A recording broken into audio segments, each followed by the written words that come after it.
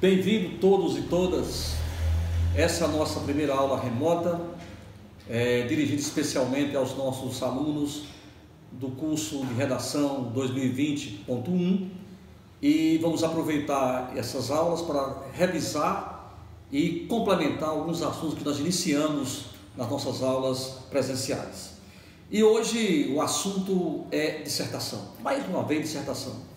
Nós já sabemos que dissertação é a modalidade textual que consiste em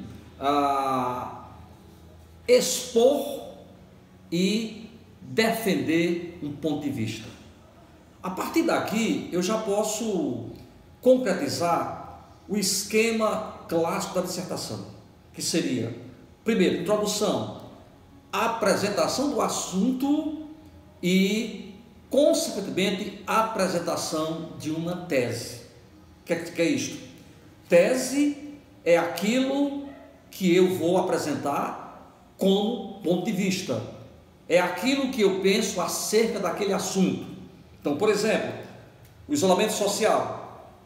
Numa redação que envolvesse esse tema, provavelmente eu iniciaria essa redação demonstrando qual a minha visão, qual o meu ponto de vista acerca desse tema. Claro que existem vários tipos de introdução, de argumentação e alguns de conclusão, que serão assuntos de outras aulas. Então, a primeira parte seria essa: o candidato do Enem, do concurso público ou do vestibular, deverá, na introdução, demonstrar qual é o assunto e, em seguida, apresentar o seu ponto de vista. É claro também que existe outro formato, por exemplo, tese e apresentação dos argumentos que eu vou defender, mas não dá para a gente começar tudo hoje, vamos ficar, por exemplo, com esse primeiro modelo. A segunda parte, chamada de argumentação ou desenvolvimento, né, é aquela parte da redação ou da dissertação onde o candidato deverá apresentar, por exemplo, evidências e análise, ou exposição e argumentação, que praticamente são quase sinônimos. Por exemplo, o que é que eu chamo de evidência?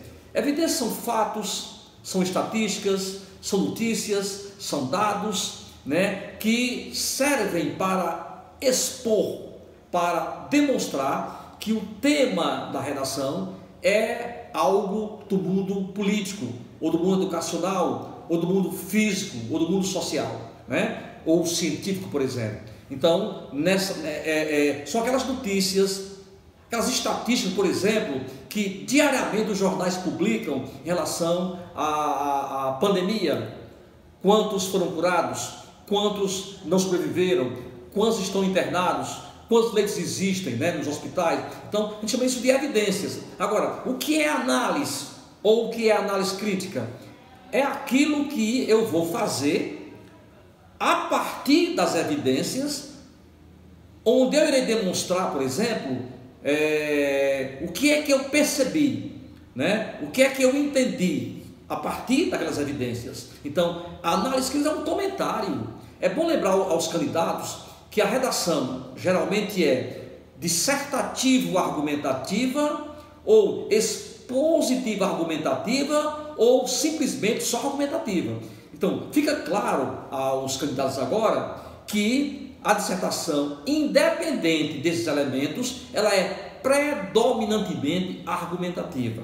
É tanto que a redação do Enem, ela é uma dissertação que exige do candidato não apenas a exposição. Se você colocar só dados, só estatísticas, só informações, só notícias, não vai ter praticamente o que? A sua opinião, que é o mais importante, a opinião do início e a opinião, a avaliação, a análise crítica das evidências. Então eu posso chamar essa segunda parte de evidências e análise crítica ou exposição e argumentação. Então dá para a gente entender mais ou menos que eu posso utilizar esses 4 termos: evidências e exposição, análise crítica e argumentação. É a parte fundamental da sua redação dissertativa, né? Por quê? Porque se a redação não tiver o elemento argumentativo, só o expositivo, é meramente um texto jornalístico, né? Como por exemplo, a notícia, a notícia geralmente tem exceções, geralmente ela expõe fatos expõe dados, estatísticas, mas muitas vezes o repórter, por orientação jornalística ou não, ele não comenta, ele não analisa, como se diz aqui no Ceará, ele não destrincha o fato. Então, é basicamente um texto informativo. Se o texto é só informativo, não é dissertação argumentativa, né? Então, essa seria a segunda parte. Reparem bem, eu falo em partes, eu não falei em parágrafos, vamos deixar isso para outra oportunidade. Partes, introdução, desenvolvimento e conclusão. Vamos falar aqui em total de parágrafos, fica para outra aula. E a última parte da divisão que a gente conhece da dissertação do Enem, dos vestibulares e concursos públicos, é a chamada conclusão. Na conclusão, nós temos basicamente hoje um modelo muito conhecido, que é aquele adotado pelo Exame Nacional do Ensino Médio, o Enem, que é aquela conclusão onde o candidato, após apresentar o assunto, o seu ponto de vista, as evidências, as análises, ele vai chegar a uma conclusão e na conclusão ele retoma a tese e em seguida ele apresenta o que chama de projeto de intervenção social, que a gente chama de solução no vestibular.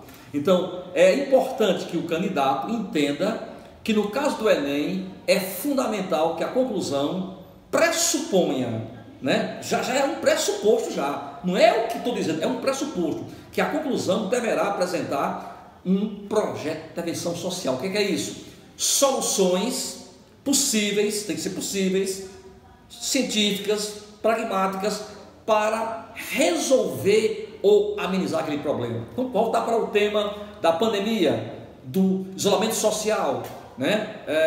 Quais são as soluções que foram dadas, né? Nós temos aí documentos oficiais punindo inclusive pessoas que não cumprem o isolamento social, que não usam máscara, que não se preocupam em não se contaminar ou contaminar os outros. Então, praticamente na redação do Enem, o primeiro agente que aparece é o agente público. O que é agente público? Governo federal, governo estadual, governos municipais, Senado, Câmara, MEC, Ministério da Saúde, dependendo do tema. Eu usaria, por exemplo, no nosso caso aqui, Ministério da Saúde e da Educação. Por quê? Porque um vai prevenir e o outro vai continuar e tratar do problema. Então, geralmente, o primeiro agente para essa conclusão são os agentes públicos. Mas também posso falar, por exemplo, em sociedade, em comunidade, em família, né? Em escola, em sindicatos, que também, dependendo do tempo, poderão funcionar como agentes que vão impulsionar, que vão propor, que vão intervir no problema, né? Então, por exemplo, no nosso caso hoje, da isolamento social, foi uma decisão tomada por governos federal, né? Estaduais e municipais.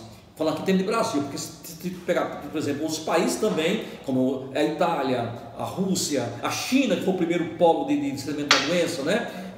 Os Estados Unidos, né?